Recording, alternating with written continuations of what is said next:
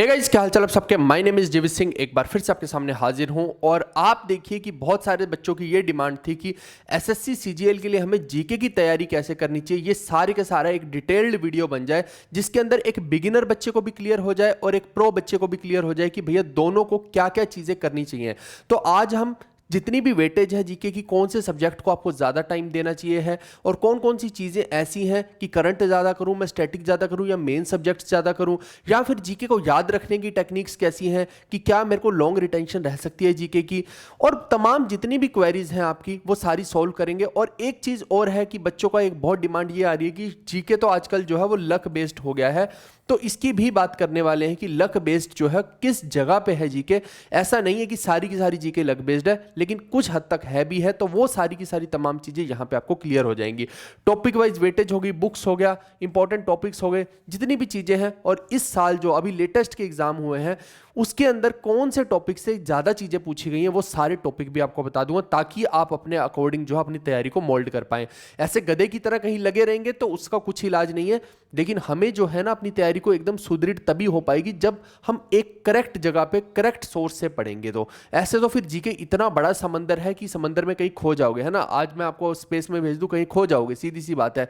अगर आपको यही नहीं पता कि आपको करना क्या है, जाना कहाँ है, तो वैसा ही है खुले मैदान में चलोगे तो कुछ नहीं होगा, बाउंड्री कहीं ना कहीं सेट करके रखनी पड़ेगी। और जीके को याद करने का क्या तरीका है वो सारी की सारी चीजें कवर कर लेंगे। सिलेबस और क्या क्या चीजें यहाँ पे हमें पढ़नी है वो सारी की सारी यहाँ डिस्कस हो जाएंगी। और जीके के नोट्स बनाने हैं या नहीं बनाने हैं, 100% कितने मार्क्स लाए जा सकते हैं, स्टैटिक और करंट को कैसे डिस्कस करना है, और डेली कितने घंटे पढ़ना है, ये सारी की सारी तमाम चीज़ों को आज हम डिस्कस यहाँ पे करने वाले हैं। आप देखिए कि अगर मैं आपको मोटा मोटा बताऊं, जब भी कोई बच्चा एसएससी का पेपर देता है ना, अब लेटेस्ट में जो भी पैटर्न है उसके हिसाब से हम बात करेंगे। पहले जो पैटर्न थे वो अलग थे। आप देखिए कि यहाँ पे ये 4 सेक्शन अपने पास हैं। जनरल इंटेलिजेंस एंड रीजनिंग के 25 क्वेश्चन, जनरल अवेयरनेस के 25 क्वेश्चन, इंग्लिश के 25 क्वेश्चन और एप्टीट्यूड के 25 क्वेश्चन। अब जो बच्चे का खेल सारा का सारा बदलता है ना, वो केवल और केवल यही खेल बदलेगा।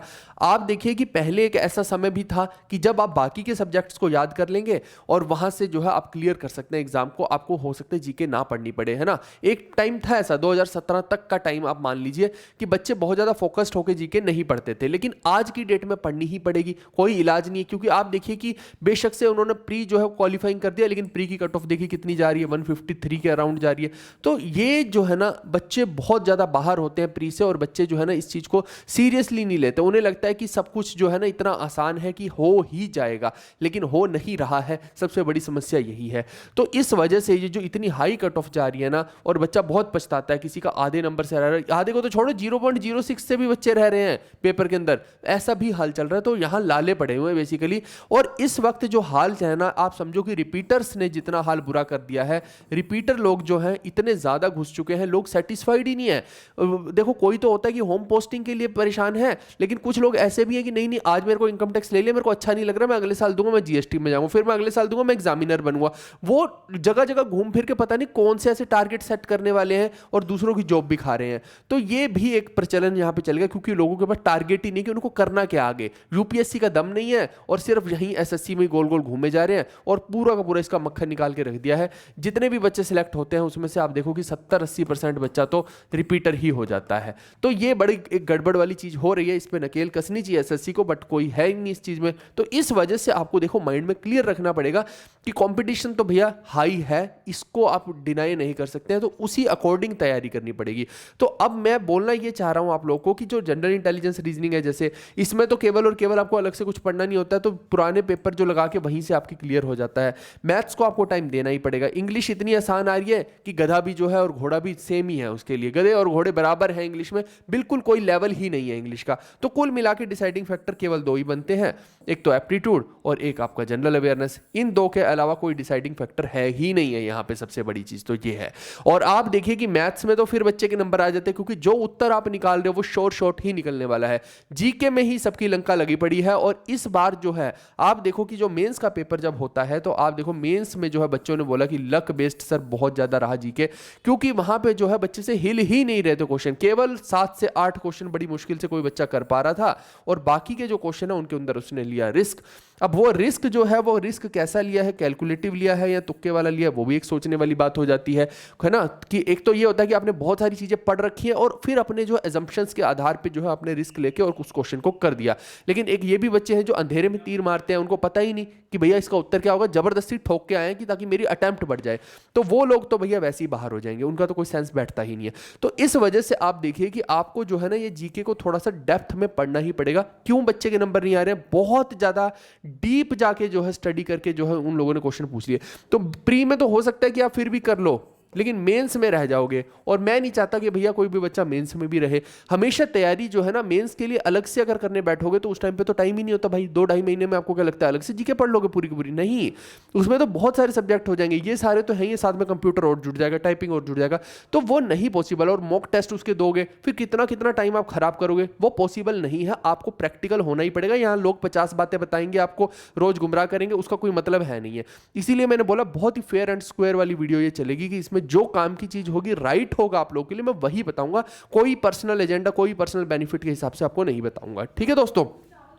तो यहां पे जो है ना आपको फुली फोकस होकर ये ध्यान रखना है कि जीके को मैं किसी तरीके से ना डिटेल में कवर कर लूं और एक ही बार में कवर कर लूं, ताकि मेरे को 10 बार भटकना ना पड़े। और यहां प्री के अंदर 0.5 की नेगेटिव मार्किंग भी रहती है, तो फिर वो उस हिसाब से हमें जो है कैलकुलेटिव रिस्क लेना है नहीं लेना, वो एक बाद की बात हो जाती है। अब देखो जीके की ही वेटेज को मैं क्यों इतना ज्यादा प्रायोरिटाइज कर रहा हूं, उसका कारण यह है कि आप देखो एक होता है प्री, एक होता है मेंस। प्री के अंदर तो मैंने आपको जीके का सारा खेल बता ही दिया है।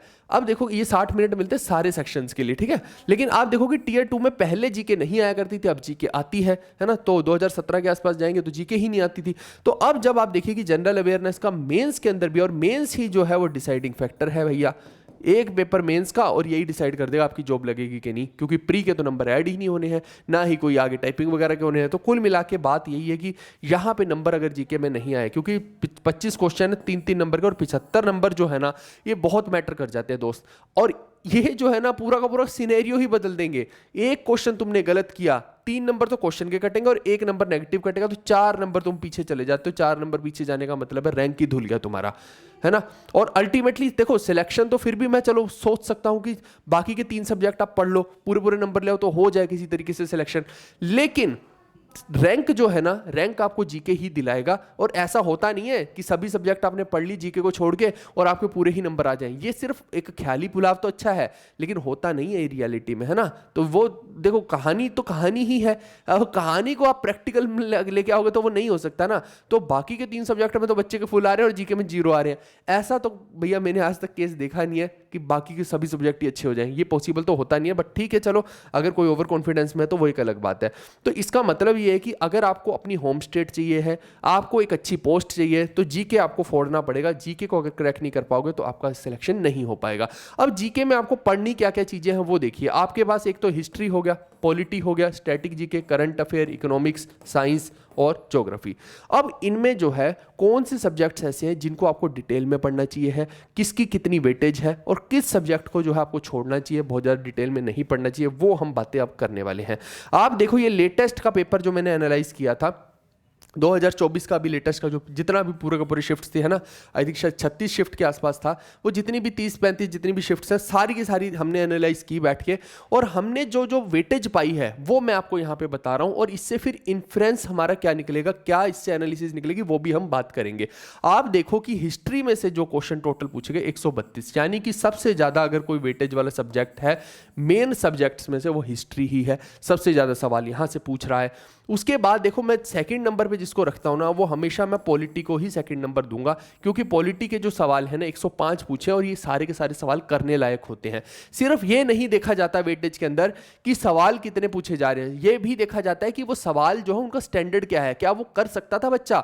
तो ये पॉलिटी के सवाल भी बच्चा कर सकता था, 105 जो सभी शिफ्ट के मिला के पूछे गए, ये अगेन इंपॉर्टेंट हो जाता है। फिर आप देखिए कि इकोनॉमिक्स भी इस बार जो है उसने 96 क्वेश्चन, 96 क्वेश्चन इकोनॉमिक्स का अकेले पूछो। अगर स्कीम्स भी ऐड कर लूंगा फिर तो और ज़्यादा हो जाएंगे, है ना। तो ये अपने आप में, पहले इकोनॉमिक्स नहीं ज़्यादा पूछते थे, आजकल पूछने लग गए हैं, तो कोई रोक तो सकता नहीं है। इकोनॉमिक्स के भी बहुत सारे क्वेश्चन पूछे गए। इसके अलावा आप देखिए कि फिर ज्योग्राफी का नंबर आता है। ज्योग्राफी में भी कम पूछे नहीं गए हैं, ज्योग्राफी में पिछले कुछ सालों में जो है बहुत धड़ल्ले से क्वेश्चन पूछे जा रहे हैं, तो 102 के आसपास क्वेश्चन ज्योग्राफी में पूछे गए हैं। तो कहने का मतलब ये है कि क्या मुझे ये सारे सब्जेक्ट पूरे पूरे पढ़ने हैं? नहीं, पूरे नहीं पढ़ने हैं। देखो, हिस्ट्री तो हमेशा पूरी पढ़ी है और पॉलिटी को भी पूरा पढ़िए, क्योंकि ये दो ऐसी चीज है ना जिनमें से जो क्वेश्चन आएगा ना 100% चांस है कि आप कर ही दोगे। जैसे मैथ्स में होता है ना कि तुम्हारा उत्तर आ गया और तुम मार्क कर देते हो, ऐसे ये पॉलिटी और हिस्ट्री में तो भैया हाई चांस रहते हैं, 99.99% तो आप मार्क कर ही देते हो अगर आपने ढंग से कायदे से पूरा पढ़ रखा है हिस्ट्री और पॉलिटी को। इनके क्वेश्चन छोड़ने लायक नहीं होते हैं। अगर इन दोनों के क्वेश्चन भी कोई बच्चा छोड़ रहा है दोस्त, तो फिर आप पीछे जा रहे हो, आप बाकी के साथ कंपटीशन में हो ही नहीं कहीं। सीधी बात तो ये है, आपका जो साथी है वो इतने नंबर ला रहा है और तुम इस लेवल पे भी नहीं जा रहे हो, तो तुम वहां तक पहुंचने के सपने कैसे देख रहे हो भाई? वो तो नहीं पॉसिबल हो सकता ना। कम से कम तुम्हें जो तुम्हारे साथी लोग जितने नंबर एवरेज स्टूडेंट ला रहे हैं उतने तो लाने ही पड़ेंगे। फिर बात बनेगी कि इससे ऊपर कितने ला रहे हो, वो आपका रैंक डिसाइड करता है। कहानी समझ रहे हो? तो ये जो दो हैं ये तो अपने बेस हैं जीके के, इनको दोनों को अच्छे से रट डालो, कुछ भी इनमें दोनों में छोड़ना नहीं है। फिर ज्योग्राफी में बहुत सिलेक्टिव होना है। ज्योग्राफी इतनी बड़ी है कि उसको पूरी को करना संभव नहीं है। मैंने भी बहुत सारे टॉपिक अपनी बुक के अंदर बताए हैं ना। अगर आप हमारी बुक ही देखोगे तो बुक में मैंने बहुत सारी चीजें बताई हैं आपको। आप देखो कि ऐसा नहीं है कि इतने कम टॉपिक है। ये देखो, हिस्ट्री के ही कितने सारे टॉपिक हो गए, ज्योग्राफी के, पॉलिटी के, बहुत बहुत टॉपिक हैं। अब ज्योग्राफी में भी मैं अकेला अगर बताऊं तो 26 टॉपिक तो मैंने किताब में ज्योग्राफी के ही डाले हैं। पर क्या वो सारे के सारे जरूरी हैं? ऐसा नहीं है। वैसे तो हमने यहाँ पे आप देखिए कि प्रायोरिटी ऑर्डर लिख दिया है, जहां पे भी 1 और 2 लिखा है उनको पहले आपको पढ़ना है। वो प्रायोरिटी ऑर्डर इस किताब में हमने सब कुछ मेंशन कर रखा है। लेकिन फिर भी किसी को नहीं समझ में आती है चीजें, तो वो अब मैं बता दूंगा कि ज्योग्राफी में काम की चीज कौन सी है, उसको आप पढ़ के चले जाना। अब रही बात साइंस की। साइंस में ये 3 पोर्शन है, लेकिन हमने देखा कि फिजिक्स की वेटेज ना पिछले कई सालों से जो है कम ही है। फिजिक्स में कभी भी ज्यादा क्वेश्चन नहीं पूछता। आप चाहें तो फिजिक्स को कंप्लीटली इग्नोर कर सकते हैं, या फिर बहुत सिलेक्टिव हो सकते हैं, जैसे यूनिट्स वाले चैप्टर हमने पढ़ लिया है ना, या फिर कोई लॉज हैं, लॉज से रिलेटेड चीजें पढ़ ली, या लेंस पढ़ लिए। मतलब बहुत हाईली सिलेक्टिव एक बच्चा फिजिक्स के अंदर हो सकता है। उसको पूरी डिटेल में फिजिक्स पढ़ने की कोई आवश्यकता नहीं है। अपना टाइम भी किल नहीं करना है, और टाइम ही आपके लिए मनी है आपकी। ठीक है भाई? तो केमिस्ट्री और बायोलॉजी की मैं बात करूं तो देखो, आज से पहले क्या होता था कि बायोलॉजी की वेटेज आज तक हमेशा ज्यादा रही थी, है ना। लेकिन इस बार इन्होंने जो है केमिस्ट्री को जो है बायोलॉजी के पैरेलल में लाके खड़ा कर दिया, यानी केमिस्ट्री के भी उतने ही क्वेश्चन पूछे जा रहे हैं जितने बायोलॉजी के। तो आप जो साइंस के सेक्शन में है, ये 2 टॉपिक आपको अच्छे से आने चाहिए साइंस के सेक्शन में। फिजिक्स को आप इग्नोर कर सकते हो, लेकिन इन 2 टॉपिक को इग्नोर नहीं कर सकते हो। डिटेल में आपको पढ़ना पड़ेगा। जीके को आपको जस्ट बाकी के सब्जेक्ट की तरह ही ट्रीट करना पड़ेगा कि मुझे इसका सिलेबस पूरा करके जाना है।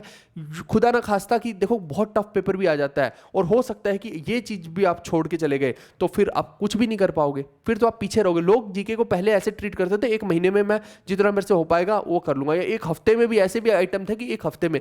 अब वो समय गए। अब आपको जीके को प्रॉपर वेटेज देनी पड़ेगी। डेली का 1.5-2 घंटा पढ़ना ही पड़ेगा जीके को। नहीं पढ़ोगे तो तुम पीछे जाओगे। कहानी सीधी सी है, फेयर एंड स्क्वायर वाली बात यहां पे मैं कर रहा हूं। ठीक है? इसके बाद करंट अफेयर की अगर मैं बात करता हूं दोस्तों, तो करंट अफेयर के इस बार जो है 53 क्वेश्चन आए हैं। अगर कोई बच्चा चाहे तो करंट अफेयर को उतना ध्यान मत दे, क्योंकि ये जो 53 क्वेश्चन भी है ना, इनमें भी जो है वो करने लायक क्वेश्चन नहीं थे। यानी कि कहने का मतलब है बहुत ही एब्सर्ड चल रहा है करंट अफेयर। अब करना ही है आपको, आपका मन है कि मुझे करंट अफेयर नहीं, मैं तो पढ़ के जाऊंगा सब कुछ। कुछ ऐसे लोग भी होते हैं जिनको चुल होते हैं, मैं सब करके जाऊंगा। तो वो जो करंट अफेयर है उनको कौन कौन से करने चाहिए मैं आपको बता देता हूं। इन लोगों को जो टारगेट करना चाहिए 2023 और 24 तक के करंट अफेयर, यानी कि आपको जो पूछा ज्यादा जाएगा ना, आप देख लीजिएगा जब पेपर आएगा कि जनवरी 2023 से लेके ना, जनवरी 2023 से लेके आप कम से कम जुलाई 2024 तक तो कर ही लेना। पुराने करंट अफेयर पूछने के हाई चांस रहते हैं। नए वालों में ये कम फोकस कर रहे हैं, है ना। बैंक का एग्जाम नहीं है ये कोई, तो कहीं बच्चा सोच ले कि नहीं नहीं ऐसा होता है। इसके अलावा स्टैटिक जीके की वेटेज तो भैया आप पूछिए मत। अगर प्री की मैं बात करता हूं तो प्री में सबसे ज्यादा वेटेज जो है स्टैटिक जीके की है। और स्टैटिक जीके में दिक्कत एक ही है कि याद नहीं हो पाएंगी, वो फैक्चुअल है पूरे का पूरा। इसका भी मैं इलाज अभी बना रहा हूं, बहुत जल्दी स्टैटिक जीके का इलाज आपके लिए आ जाएगा। आप देखो कि स्टैटिक जीके में अभी मैं कैलकुलेट करके दिखाता हूं कि कितने ज्यादा क्वेश्चन पूछे गए। सिर्फ इतने नहीं, ये तो एक मिसलेनियस टॉपिक्स जो होते हैं ना, उनसे 69 आए हैं। बाकियों से मैं बताता हूं कितने आए हैं। आप देखो आर्ट एंड कल्चर भी हम स्टैटिक का ही पार्ट बोल रहे हैं, उसके 41 क्वेश्चन आए हैं। बुक्स एंड ऑथर्स के 10 क्वेश्चन आए हैं। फिर अवार्ड्स एंड ऑनर्स के 46 क्वेश्चन, भाई साहब बहुत ज्यादा हो गए, है ना। फिर स्पोर्ट्स के 61 क्वेश्चन हो गए। गवर्नमेंट की स्कीम्स के 43 क्वेश्चन हो गए। कुल मिला के अगर मैं ये सारे टॉपिक जितने भी कवर कर दूं स्टैटिक के, 270 के आसपास तो स्टैटिक की क्वेश्चन हो गए दोस्त। तो इसका मतलब ये है कि हाईली वेटेज, अगर मैं बोलूँगा हाईएस्ट वेटेज जो है मैं किसको देना चाहूँगा, मैं स्टैटिक को देना चाहूँगा। बस दिक्कत स्टैटिक के साथ एक ही है कि स्टैटिक इतना बड़ा है कि उसमें से कुछ भी आ सकता है और इतना ज़्यादा फैक्चुअल है कि चीज़ें याद नहीं हो सकती हैं इतनी सारी। वहाँ पे थोड़ा सा रैंडम गेम चलता है, थोड़ा सा लक बेस्ड जिसको आप बोल देते हो ना, तो लक का खेल यहाँ पे बहुत तगड़ा यहाँ पे चलेगा स्टैटिक के अंदर। अब थोड़ा सा देखो ऐसा है कि लक को भी कहीं ना कहीं आप बैलेंस कर सकते हो अपनी मेहनत के साथ, लेकिन यहां पे बहुत ज्यादा भी मेहनत नहीं कर सकते। काम की चीजें हम पढ़ सकते हैं, सिलेक्टिव होकर पढ़ सकते हैं, ठीक है, स्टैटिक को। लेकिन आप सोचो कि मैं सब कुछ ही कर जाऊं, वो पॉसिबल नहीं होता, वो किसी के लिए भी पॉसिबल नहीं है। जैसे आर्ट एंड कल्चर आप पूरा पढ़ सकते हो, लेकिन क्या सारे के सारे स्टैटिक के तो 100 टॉपिक हैं, क्या वो सारे के सारे पढ़ लोगे पूरे? नहीं। ऐसा भी तो होता है ना कि भैया उसमें आप देखो ना, यही 3-4 टॉपिक हैं। जैसे स्पोर्ट्स में से हमेशा ज्यादा पूछता है, आर्ट कल्चर में से ज्यादा पूछता है। आप देखो कि 100 टॉपिक में से अगर कोई 5 टॉपिक की वेटेज ज्यादा है और उन्हीं से क्वेश्चन ज्यादा आ रहे हैं, मान लो कि 80% क्वेश्चन इन्हीं 5 टॉपिक से आ रहे हैं, तो आपको ये 5 टॉपिक ही पढ़ के जाने हैं, आपको बाकी के छोड़ देने हैं। नहीं हो सकता इतना, वो पॉसिबल नहीं है। प्रैक्टिकल रहिए हर चीज के लिए। यानी कि जीके को हमें क्या करना होता है कि जहां से 70 से 80% चीजें आ रही है ना, वो चीजें आप पढ़ के जाइए और बाकी की 20% को छोड़ दीजिए, क्योंकि वो सबके लिए काला अक्षर भैंस बराबर है। अगर आपने ये 70 से 80% को अपने अंडर कर लिया तो समझो कि आपने पार पा लिया, आप जीके में अच्छे नंबर लाएंगे और आपका सिलेक्शन होगा ही होगा। अब देखो कि यहाँ पे ये तो मैंने अभी पूरा सबके लिए ही बता दिया, चाहे फ्रेशर हो कोई, चाहे कोई भी हो, उसको ये टारगेट करना ही करना है। लेकिन कई बच्चे अभी मैं टॉपिक वाइज भी वेटेज बता देता हूँ। एक कुछ बच्चे होते हैं जो प्रो होते हैं, जिन्होंने पहले से ही पेपर दे रखा है, उनको क्या करना चाहिए? तो उनको मैं एक चीज सजेस्ट करूंगा कि उनकी कमी सबसे बड़ी ये हो सकती है कि उन्होंने जीके को सिर्फ पढ़ा है, उन्होंने प्रैक्टिस नहीं किया होगा जीके को। तो आपको क्या करना है, पिछले जितने भी क्वेश्चन है ना, अब आप प्रैक्टिस करने शुरू कर दीजिए। 2 कमियां आपकी मेजर हो सकती है जीके के अंदर, या तो आपको नॉलेज ही नहीं थी, आपने पढ़ ही नहीं रखा था, वो कंटेंट ही आपका पूरा नहीं था, या तो ये कमी हो सकती है। स्पीड की कमी का कोई सेंस बैठता नहीं है जीके के अंदर, कोई स्पीड का मतलब नहीं है। और दूसरी कमी जो हो सकती है आपकी प्रैक्टिस की हो सकती है। आप सोचेंगे कि ये कैसे हो सकता है? बिल्कुल हो सकता है कि आपने कंटेंट सारा पढ़ लिया, लेकिन आपने जो है प्रैक्टिस ढंग से नहीं की, एमसीक्यू नहीं लगाए। और एमसीक्यू में कई बार क्या होता है, 2-3 ऑप्शन ऐसे हो जाते हैं जो अजीब से आ जाते हैं, जो हमें लगता है कि ये भी हो सकता है, ये भी हो सकता है। तो वो जो हमारा दिमाग खुलेगा ना, वो एमसीक्यू लगा के खुलेगा। तो जो प्रो बच्चा है वो एमसीक्यू लगाए, ठीक है, जो प्रो वाले बच्चे हैं वो एमसीक्यू ज्यादा लगाएं, है ना। पॉलिटी जैसे आपने पढ़ ली हमसे, मान लो, या हिस्ट्री पढ़ ली, उसके बाद धड़ल्ले से एमसीक्यू उसके लगाओ और एमसीक्यू को सोल्व करने की कोशिश करो, और एक टाइम लिमिट के अंदर, है ना। आपने आधा घंटा फिक्स कर लिया कि आधे घंटे के अंदर मेरे को 100 क्वेश्चन करने हैं जीके के। हो सकते हैं, जीके का कोई मुश्किल नहीं है ना, आधे घंटे में, 40 मिनट में, जो भी आप एक टाइम पीरियड लगाना चाहो, स्टॉप वॉच लगाओ फोन के अंदर, और उसके अंदर वो सारे के सारे प्रीवियस ईयर के क्वेश्चन जितने भी आपने सेट किए कि 100 क्वेश्चन आज करूंगा, तो वो करने की कोशिश करो। उसको एक मॉक टेस्ट की तरह करने की कोशिश करो। डेफिनेटली इससे आपकी इंप्रूवमेंट होगी, आप मानिए चाहे ना मानिए, बाद में आप याद करेंगे कि किसी ने एकदम करेक्ट बताया था। और जो बच्चे बिगिनर हैं वो एक बार सिलेबस खत्म करके फिर वो लोग भी इसी प्रोसेस पे जाएंगे। समझ में आ गई कहानी? जिसने सिलेबस कर रखा है वो ये काम करेगा, इससे आपकी इंप्रूवमेंट होगी, और कोई तरीका नहीं है। और जिसको सिलेबस ही अभी कवर करना है, तो उसको क्या क्या कवर करना है पहले वो बता देता हूं। अब सिलेबस में देखो कि जैसे एंशिएंट हिस्ट्री है, वैसे तो मैंने बोला कि हिस्ट्री को आप पूरा ही पढ़िए और पॉलिटी को भी पूरा ही पढ़िए, लेकिन कुछ होते हैं नमूने ऐसे कि नहीं नहीं, हमें तो बस इंपॉर्टेंट ही बता दो, हम तो वही पढ़ सके, हमारे बस की बात ही नहीं है। तो जिनके बस की बात नहीं है वो सिर्फ ये टॉपिक पढ़ लेना, इंडस वैली, वैदिक सिविलाइजेशन, महाजनपद, जैनिज्म, बुद्धिज्म, मगध, मौर्य और गुप्ता। हालांकि एंशिएंट बहुत बड़ी है, मैंने अभी अभी कवर करवाई है ना, अपने पेड कोर्स में तो हमने डाली ही है, यूट्यूब पे भी मैंने फ्री ऑफ कॉस्ट कवर करवाई है, अगर कोई बच्चा हमारे रेगुलर में सेशन देख रहा है। और बहुत ज़्यादा डिटेल में इसलिए करवा दी कि कोई भी चीज़ पूछ रहा है, रैंडम कहीं से भी पूछ रहे हैं इन टॉपिक्स में से, तो पढ़ ही नहीं रखा है तो भैया उत्तर कहाँ से दोगे? मैंने बहुत डिटेल में उसकी एनालिसिस करके आपको करवा दी है। इसके बाद आप देखिए मेडाइवल की बात आती है। दिल्ली सल्तनत, मुगल, विजयनगर, फॉरेन इन्वेजन्स और सिख गुरुओं के बारे में आप पढ़ सकते हैं। तो ये सारा मेडाइवल का आपका हो जाएगा, ये पढ़ना ही पड़ेगा, इनको भी अगर छोड़ के जाओगे तो तुम पीछे रह जाओगे। फिर इसके बाद मॉडर्न की मैं बात करता हूँ। मॉडर्न में भी बहुत सारे टॉपिक ऐसे हैं जो आप छोड़ सकते हैं, लेकिन मेन जो है रिवोल्ट ऑफ 1857 है, तो इसमें सिलेक्टिव होना पड़ेगा कि कौन सी जगह से किसने कौन सा रिवोल्ट छेड़ा था, कहाँ पे कौन लीड कर रहा था, ये सारी आपको पता होनी चाहिए। ब्रिटिशर्स के एक्ट्स एंड पॉलिसीज इतना इंपॉर्टेंट है कि बहुत बहुत सारे सवाल तो यहीं से आते हैं। और दूसरा सबसे ज्यादा सवाल आता है रिलीजियस रिफॉर्म से। तो सोशो रिलीजियस रिफॉर्म्स और ब्रिटिश के एक्ट्स एंड पॉलिसीज, ये तो इतना ज्यादा इंपॉर्टेंट है कि इनको आपको बार बार जो है रिवाइज करना पड़ेगा। याद करना ऐसा नहीं होता कि एक बार ही चीज को कर लिया तो याद हो जाएगा, याद कभी भी नहीं जीके हो सकती ऐसे तरीके से। आपको जीके को याद करने का एक ही फंडा है कि सबसे पहले गो में ना, हमेशा पहले गो में आपको जीके को क्या करना है, एक मोटा मोटा जैसे मूवी की तरह देखना है ना। जैसे मैंने अगर कोई भी मैं सेशंस देता हूं आपको, बहुत क्रिएटिविटी के साथ देता हूँ इंटरेक्टिव सेशंस, तो उसमें आपका एक इंटरेस्ट बिल्ड हो जाता है। मैं मूवी वाले सेशन ही बनाता हूँ, डेली आप एक फिल्म ही देखते हैं मेरे साथ जब भी आप पढ़ते हैं, तो वो मूवी की तरह पहले तो उसको एंजॉय करते हुए देखिए। फिर दूसरे स्टेप में जब आप जाते हैं तो उसको जो है एक रिवीजन के पर्पज से देखिए कि भैया अब जब मैं इसको देख रहा हूँ तो मुझे थोड़ा थोड़ा चीज़ों को रिकॉल करने की कोशिश करनी है। क्लास में जैसे मैं बहुत सारे छोटे छोटे एलिमेंट्स डालता हूँ, हुक्स डालता हूँ, कॉमेडी डालता हूँ, एंटरटेनमेंट डालता हूँ, ताकि आपको याद हो जाए, है ना। जैसे प्रभावती गुप्ती बोल दिया था एक दिन मैंने, तो लोगों को ऐसे एज्यूम लगा कि हाँ ये तो गाली दे दी, है ना, लेकिन वो गुप्ती थी तो गुप्ता, है ना। तो वह ऐसे करके कुछ कुछ ऐसे एलिमेंट्स होते हैं जो याद रह जाते हैं। कोई जिंगल हो गया जैसे, है ना, तो जिंगल याद रह जाता है, कोई कहानी याद रह जाती है, कॉमेडी याद रह जाती है। तो वैसा ही हम करते हैं अपने सेशंस के अंदर भी कोशिश, तो उससे क्या है कि आपको बेनिफिट हो जाता है। हनुमान सीरीज में यही तो करवा रहा हूं मैं आपको। तो दूसरे टाइम में जो है आपको रिवीजन के पर्पज से करना चाहिए, और जब तीसरे टाइम उन सेशंस को कभी देखेंगे, या तो आप तीसरे टाइम में उन सेशन को देख सकते हो, या फिर अगर आपको पहले ही पूरी कहानी समझ में आ गई तो आप इसको इग्नोर करके डायरेक्टली पीडीएफ को पढ़ सकते हैं, या फिर जो आपके पास किताब है, जैसे आपने ये किताब अगर हमारी ले रखी है तो डायरेक्टली इस किताब के अंदर से, है ना, ये सारा हमने कहानियां आपने याद कर ली पूरी की पूरी क्लास के अंदर, और ये सारा हैशटैग इंपॉर्टेंट के साथ जितना भी चीजें मैंने प्रोवाइड की ये सारी पढ़ ली। यही फायदा है किताबों का कि भैया यहाँ पे हैशटैग इंपॉर्टेंट जब मैंने लिख दिया तो आपको ये पता लग जाएगा कि पहले पेपरों के अंदर हैशटैग इंपॉर्टेंट वाली चीजें पूछी गई, तो उनको मेरे को ज्यादा पढ़ना है। ऐसे तो कभी आपको पता ही नहीं लग पाएगा। कोई भी किताब मार्केट में ऐसी नहीं है, हर किताब प्लेन है। वो कहते हैं सब पढ़ लो, सब पढ़ोगे तो फिर टाइम खराब हो जाएगा और बच्चा मोनोटोनस एक जोन में चला जाता है, बहुत परेशान हो जाता है और टॉर्चर फील होना शुरू हो जाता है। कोई भी लाल पीली किताब भी आप पढ़ के देखिए, है ना, उनमें भी ये बहुत बड़ी समस्या आती है। आप देखिएगा 4 दिन आप पढ़ेंगे, उसके बाद आपका रिदम टूट जाएगा, आपको इतनी बोरिंग फील होने लग जाएगी, आप छोड़ दोगे। इसीलिए हमने इसको कलरफुल बनाया, इंटरेक्टिव बनाया, टैगिंग्स लगा दिए कि भैया ये चीज़ें पहले आ रखी हैं, टॉपिक की वेटेज बता दी। तो ये जो चीज़ें हैं आपको एक माइंड को क्लैरिटी देते हैं कि भाई मेरे को कौन सी चीज़ को ज़्यादा फोकस करना है और कौन सी को कम करना है। ठीक है भाई। तो इस तरीके से ये सारे के सारे हो गए, गवर्नर और वाइस रॉय हो गए, बुक्स हो गया, उनसे रिलेटेड कोई लेटर्स हो गए, इंडियन नेशनल कांग्रेस हो गया, गांधीयन एरा हो गया, ये सारे जो है ये ज़्यादा इंपॉर्टेंट टॉपिक होते हैं मॉडर्न के अंदर। लेकिन जो सबसे ज़्यादा जिनसे क्वेश्चन आते हैं वो तो मैंने आपको बताई दी, ये 2 टॉपिक से तो बहुत ज़्यादा ही आते हैं।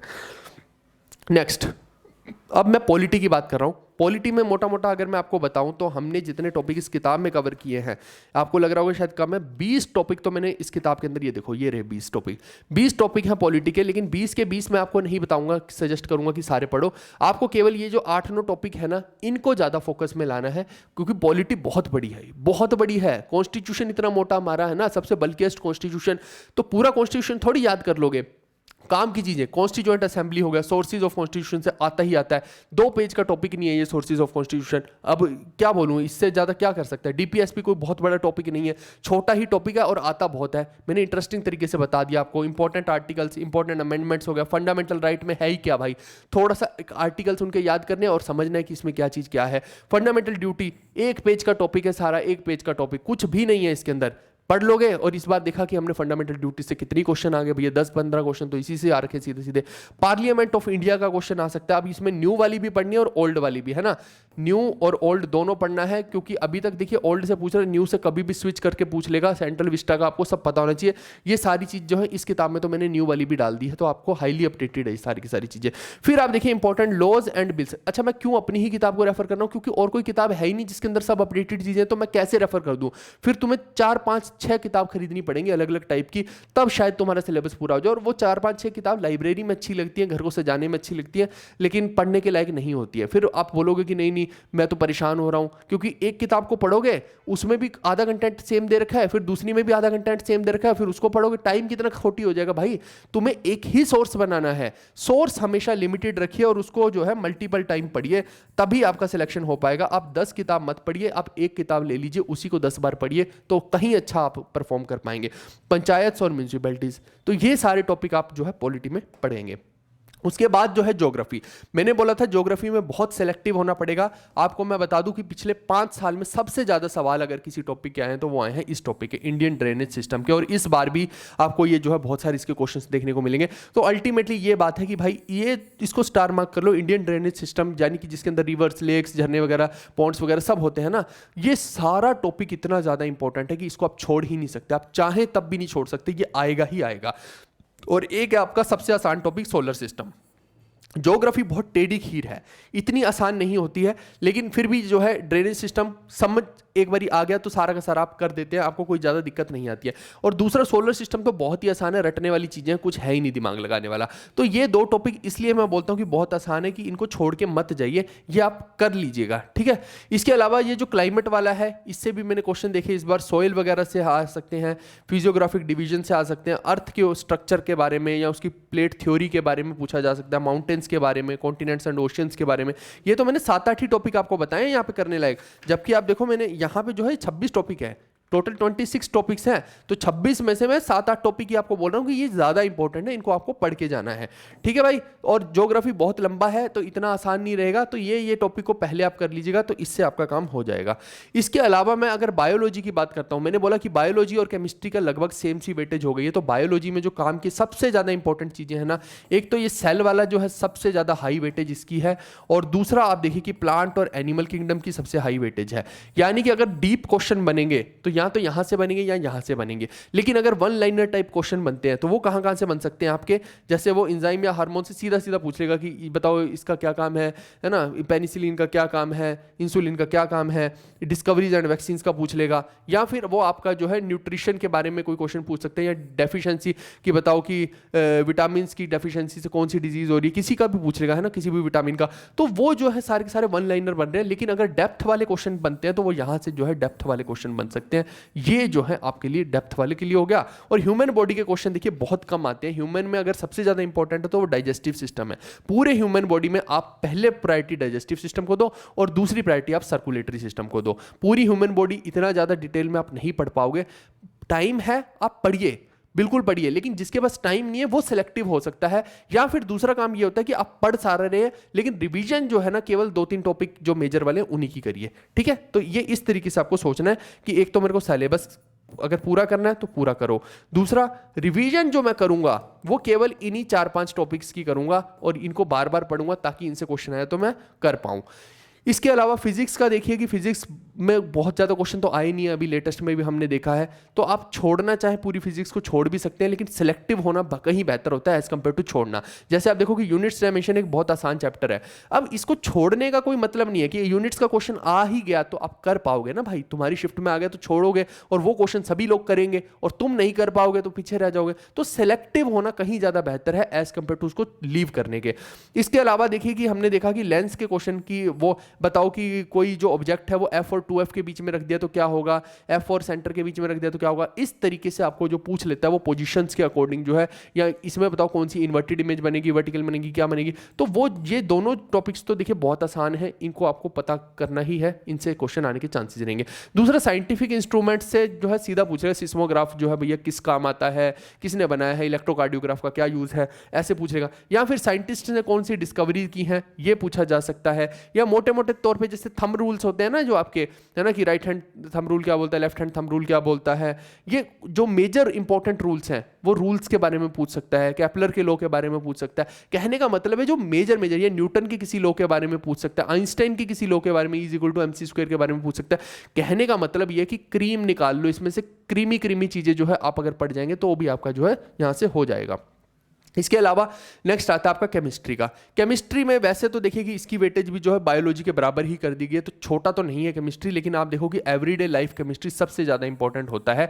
ये डेली यूसेज में जो केमिस्ट्री है, आप देखो मैंने जो पेड कोर्स में अपने करवाया है, मैं साथ के साथ एवरीडे लाइफ वाली बहुत सारी चीज़ें कि फलों को पकाने में कौन सा केमिकल यूज हो रहा है, कौन सी गैस निकलती है कि जिससे वो फल पक जाते हैं, बहुत सारी ऐसी चीज़ें। तो एक एग्जाम्पल के तौर पर पेंट में क्या यूज हो रहा है ना, क्लोरोफ्लोरोकार्बन्स कहाँ पर यूज हो रहे हैं, एयर कंडीशंस में क्या यूज हो रहा है, ग्लास का क्या पर्पस है, बहुत सारी ऐसी चीजें जो केमिस्ट्री के अंदर हैं घुसी हुई हैं, वो सारी हम कवर करते हैं, है ना। फास्ट कुकिंग के लिए बताओ क्या है, वॉशिंग के लिए क्या है, पानी को प्यूरिफाई करना है, उसमें जर्म्स को मारना है तो कौन सा केमिकल यूज हो रहा है, उसके अंदर कौन सा फैक्टर है, क्लोरीन है, जिसकी वजह से जो है जर्म्स मर रहे हैं। बहुत सारी ऐसी चीजें जो है एवरीडे में कवर होती हैं, मैंने अपने पेड वाले में भी करवाया है। फिर पीरियोडिक टेबल इसकी जान है पूरी की पूरी। पीरियोडिक टेबल से अगर क्वेश्चन आएंगे तो सबसे ज्यादा आएंगे एवरीडे पीरियोडिक टेबल। देखो इसमें बहुत सारे टॉपिक हैं केमिस्ट्री के अंदर, ऐसा नहीं है ये जो ब्लैक वाली किताब है इसके अंदर हमने पूरा का पूरा बताया है। केमिस्ट्री में मैं आपको बताता हूँ टॉपिक्स कितने हैं, 21 टॉपिक है केमिस्ट्री के अंदर, 21 टॉपिक भाई, है ना। और इसमें कुछ इस तरीके के नोट्स हैं आपके पास। ये जो पूरी की पूरी बुक है ना, इस वाली बुक के अंदर मैं अभी आपको दिखाता हूँ, ये देखो कुछ इस तरीके के जो है आपके कलरफुल नोट्स हैं। तो कुल मिला के बात ये कि 21 में से केवल ये 7-8 टॉपिक ही काम के हैं। मेटल्स नॉन मेटल्स से क्वेश्चन आने के हाई चांस रहते हैं। कॉमन नेम पूछ लेगा, IUPAC नेमिंग पूछ लेगा भाई, तो IUPAC नेमिंग का पता होना चाहिए। उसके लिए आपको ऑर्गेनिक आनी चाहिए, ऑर्गेनिक में सबसे ज़्यादा जो है IUPAC नेमिंग के क्वेश्चन आने के चांस रहते हैं। फिर स्ट्रक्चर ऑफ एटम के बारे में पूछने के चांसेस हैं। न्यूट्रॉन किसने डिस्कवर किया, प्रोटॉन किसने किया, है ना, इलेक्ट्रॉन किसने किया, इनके जो चार्जेस कितने होते हैं, तो इनके वेट कितने होते हैं, ये सीधा हुक पॉइंट है जो पेपर में आ सकते हैं। फिर एसिड बेस और सॉल्ट के बारे में सीधा आ सकता है। इसका क्वेश्चन में फंसाना है तो वो पीएच की रेंज के साथ फंसा देगा आपको। तो ये पीएच की डायरेक्ट ही पूछ लेगा कि एसिड रेन की बता दो, मिल्क का पीएच बता दो, बताओ मिल्क और जो आपका दूध है, और एक और चीज़ पूछ रखी थी, कौन सा पूछा था यार, बटर पूछा था कि कुछ ऐसे कंपेयर करके पूछा था, हाँ दही, दूध और दही में बोल रहा था कि किसका जो पीएच कम होता है किसका ज़्यादा होता है, ऐसे करके स्टेटमेंट वाइज क्वेश्चन दे देता है। तो ये टॉपिक्स आपको पहले पढ़ने हैं और इनको ज़्यादा वेटेज देनी है। अब अगली बात आती है स्टैटिक जीके की। स्टैटिक जीके में देखो ये तमाम जो है सारे के सारे जरूरी टॉपिक मैंने यहाँ पे लिख दिए हैं। अभी स्टैटिक जीके के ऊपर मैं काम कर रहा हूँ, मेरे पास स्टैटिक जीके की अभी बुक नहीं अवेलेबल है, लेकिन बहुत जल्द 1-1.5 महीने के अंदर हम बहुत जल्दी जो है इसको बना देंगे, पूरा जोरों शोरों से इसके ऊपर कोशिश करें। ये तमाम वो टॉपिक है स्टैटिक जीके के जिनसे क्वेश्चन आ सकते हैं। लेकिन क्या इन सारे टॉपिक्स को मेरे को हाई वेटेज के साथ पढ़ना है? नहीं पढ़ना है हाई वेटेज के साथ। आपको केवल 7 से 8 टॉपिक ही ऐसे हैं जो आपको मेजरली पढ़ने हैं और उन्हीं को बार बार रिवाइज करना, वहां से आपका जीके फंस जाएगी। आप देखो जैसे मैंने ये स्टार मार्क कर दिया है, क्लासिकल डांस, फोक डांस बहुत जरूरी, घराना से क्वेश्चन हर साल आएगा, फेयर फेस्टिवल से क्वेश्चन हर साल आएगा, और म्यूजिकल इंस्ट्रूमेंट से हमेशा पूछा जाएगा, अवार्ड ऑनर से पूछा जाएगा, बुक्स ऑथर से पूछा जाएगा, और स्पोर्ट्स गेम से पूछा जाएगा। स्पोर्ट्स ये जो जितना सेक्शन है ना, ये सारा 7-8 टॉपिक जो है ना, ये इतने ज्यादा इंपॉर्टेंट है कि आप देखना हर पेपर में, इवन टेम्पल्स भी हर पेपर में नहीं आया, इस बार नहीं पूछा गया ज्यादा टेम्पल, हो सकता है अगली बार आ जाए, लेकिन इस बार इन्हीं क्वेश्चन से, इन्हीं टॉपिक से जो है सबसे ज्यादा क्वेश्चन पूछे गए हैं। फिर आप देखिए फर्स्ट इन इंडिया और फर्स्ट इन वर्ल्ड से भी पूछ सकता है, क्योंकि पिछले 5 साल का जब मैं एवरेज निकाल के देखता हूं तो वहां पे फर्स्ट वाले क्वेश्चन पूछे गए हैं, तो आपको पढ़ने चाहिए है वो। और टेम्पल्स इस बार तो नहीं पूछे गए हैं ज्यादा, लेकिन खुदा ना खास्ता अगली बार पूछ लिए गए, तो क्योंकि उससे पहले तो पूछे गए हैं ना, तो इस वजह से आप देखिए कि टेम्पल्स को भी पढ़ लेना जरूरी रहता है। तो ये 7-8 टॉपिक जो है ये आपने पढ़ लिए स्टैटिक जीके में, तो आपका काम हो जाएगा। इसके अलावा कुछ और पढ़ने की जरूरत नहीं है। ये बहुत सारे टॉपिक आप इतना नहीं कर सकते, कोई जरूरत भी नहीं है। आपको देखो कि नेशनल सेंचुरीज होगी, बर्ड लाइफ सेंचुरीज होगी, या फिर आपका टाइगर रिजर्व हो गए, ये वो पढ़ने हैं जो करंट से रिलेटेड है, या करंट से रिलेटेड जैसे वहाँ पे कुछ ना कुछ ऐसी चीज़ हुई है वो आप पढ़ सकते हैं, तो वो चांसेस उनके ज़्यादा रहेंगे। ऐसे तो फिर इतनी ज़्यादा जो नेशनल पार्क्स हैं, इतनी ज़्यादा वाइल्ड लाइफ सेंचुरीज, कितना पढ़ लोगे, वो नहीं याद हो सकती ऐसे, ठीक है।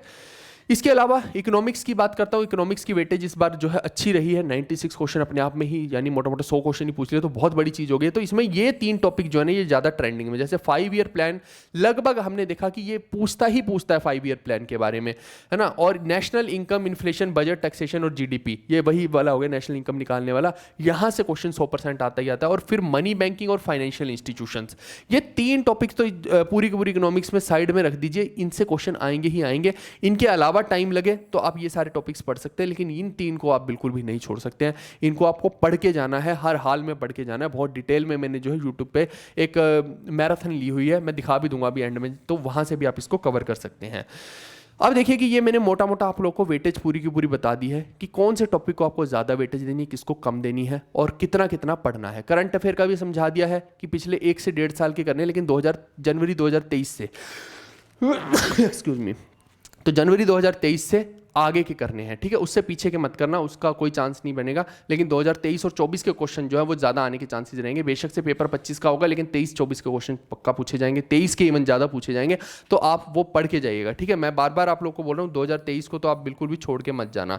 इसके अलावा आप देखिए कि बहुत सारी चीज़ें जो है ना हम फ्री ऑफ कॉस्ट अपनी एप्लीकेशन के अंदर दे रहे हैं। ये है हमारी एप्लीकेशन, जीवी कक्षा एप्लीकेशन, इसको आप ज़रूर फ़ोन में डाल के रखिए।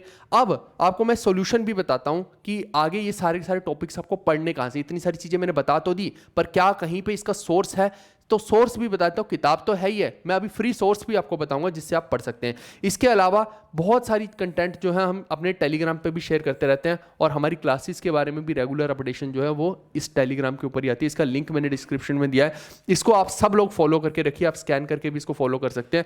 ये इसलिए जरूरी है दोस्तों क्योंकि यहाँ पे ना मैं बहुत सारी इंपॉर्टेंट चीजें शेयर करता रहता हूँ, बहुत सारी पॉलिंग्स होती रहती है, तो आपको ईजी रहेगा चीजों को समझने में। अब देखो कि कहानी कहाँ पे है। आप देखो कि मैंने जो अभी बोला कि सोर्स सोर्स जो है ना, बेस्ट सोर्स आपको मैं बता रहा हूँ फ्री ऑफ कॉस्ट वाला। आप देखो यहाँ पे प्लेलिस्ट के सेक्शन में जाइएगा, प्लेलिस्ट के सेक्शन में ये हमने एक न्यू प्लेलिस्ट यहाँ पे बना दी है।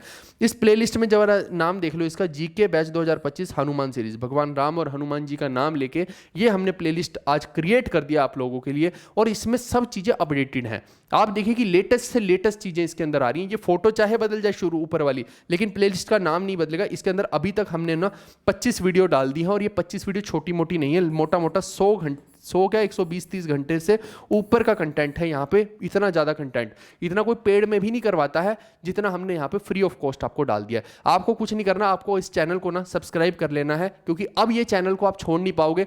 यहाँ पे मैंने कहानियों के माध्यम से और क्लास के अंदर याद करवाई हैं चीज़ें, एकदम एंटरटेनमेंट और कॉमेडी के साथ हमने किया है, ताकि बच्चे को कभी भी जीके बोरियत वाली फील ना हो। ऐसे तो कोई भी लाइन में पढ़ा देगा, सफ़ेद बोर्ड पर पढ़ा देगा, है ना, यूं फैक्ट्स बोल बोल के कोई भी पढ़ा देगा, लेकिन उसको एक तरीके से मज़े से जो पढ़ना है, जिससे कि आपका दिल भी लगा रहे और आपको एक अच्छा फील हो, आपका रिदम भी बने, एक डोपामिन इफेक्ट आए आपके अंदर, तो आपको जो है और मजा आता है। वो सारा हमने इसके अंदर कवर करने की कोशिश की है। ठीक है, तो ये प्लेलिस्ट अब आपके लिए 2025 के जितने भी बच्चे हो, आपको सिर्फ और सिर्फ फॉलो करनी है, तो केवल यही प्लेलिस्ट फॉलो करनी है।